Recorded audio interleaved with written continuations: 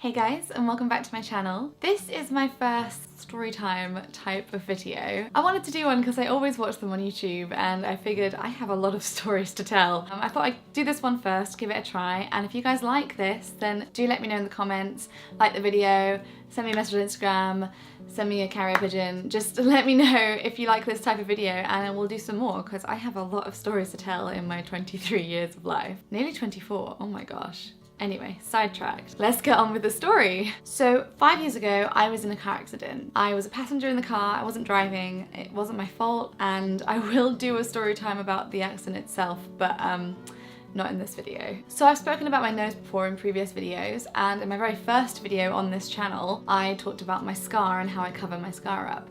Those are all things related to the car accident. And something I've not spoken about on this channel before is one of the more invisible injuries that happened after the accident. Basically, I can't feel the left-hand side of my face at all. It's totally numb.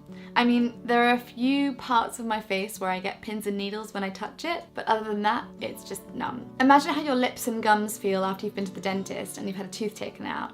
It's that kind of numbness, just all over this side of my face. So, how did that happen? Well, when I was in the accident, I hit the left side of my face on the car seat in front of me, which is also how I fractured my cheek and broke my nose. Now I know this sounds like a pretty awful thing to happen and you know, it did suck, but I actually consider myself really, really lucky.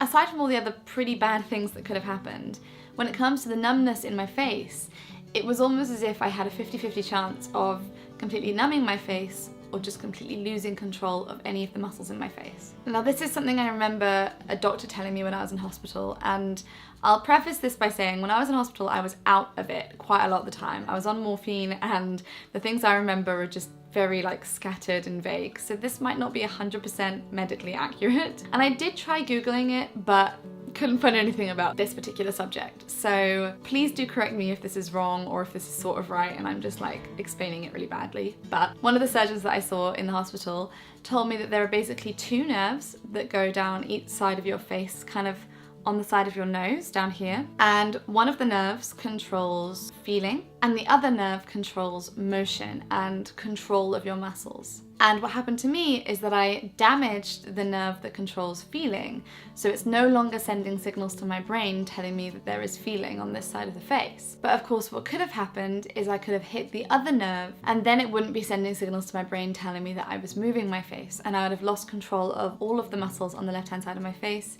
and I mean, I can't even imagine what that would have done. So I just wanted to start that off by saying I do consider myself really lucky that what I have is sort of like an internal thing and not an external thing. When I was recovering in hospital, part of my many treatments that I was having was to try and get the feeling back in the side of my face. And they were pretty certain that it was a temporary numbness. Now it's quite common when you get an injury to sort of feel numb around where that injury is. And that's basically what they thought happened. You know, I'd broken my nose, I'd broken my cheek. They just assumed that I'd just lost the feeling because of that and it would come back eventually. So as part of my treatment, I had to massage my face every single day.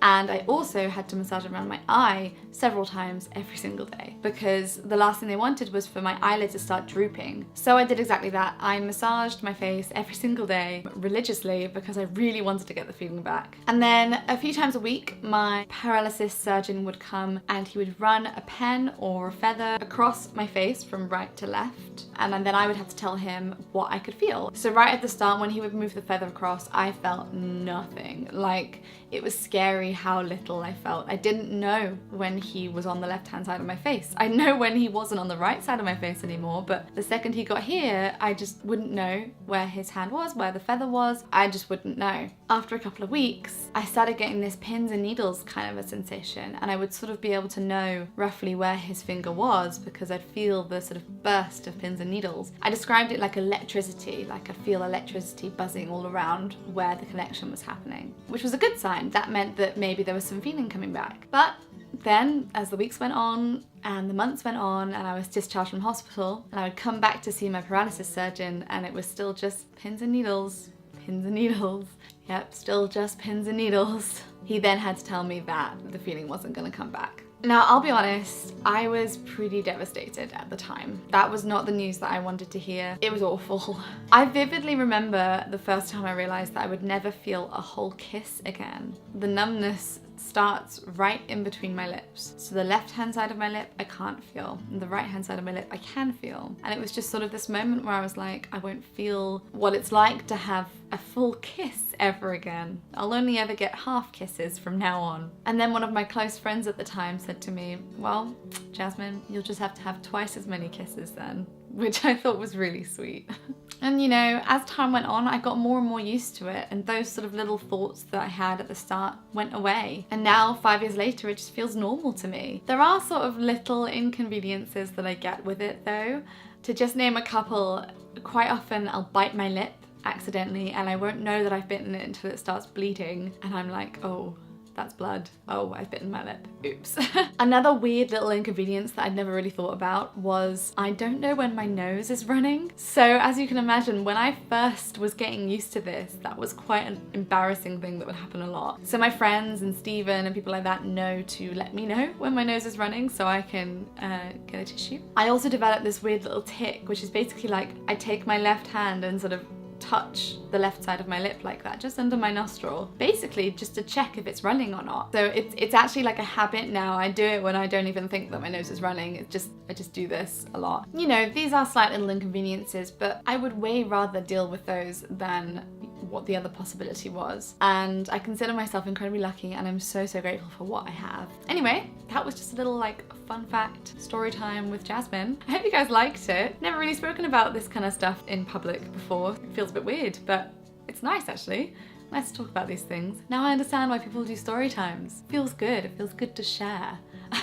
If you guys liked it, then please like the video and let me know in the comments, because that really helps let me know what kind of content you guys like seeing from me. And as my channel's still new, I'm still developing my style and finding out what kind of stuff I want to do on YouTube. So if you guys like this, that'll really give me an idea of what kind of stuff I'm going to do in the future. And if you haven't subscribed yet, please make sure you subscribe to my channel and turn the notification bell on so you don't miss any of my videos. Thank you so much for watching, and I'll see you in the next one. Bye!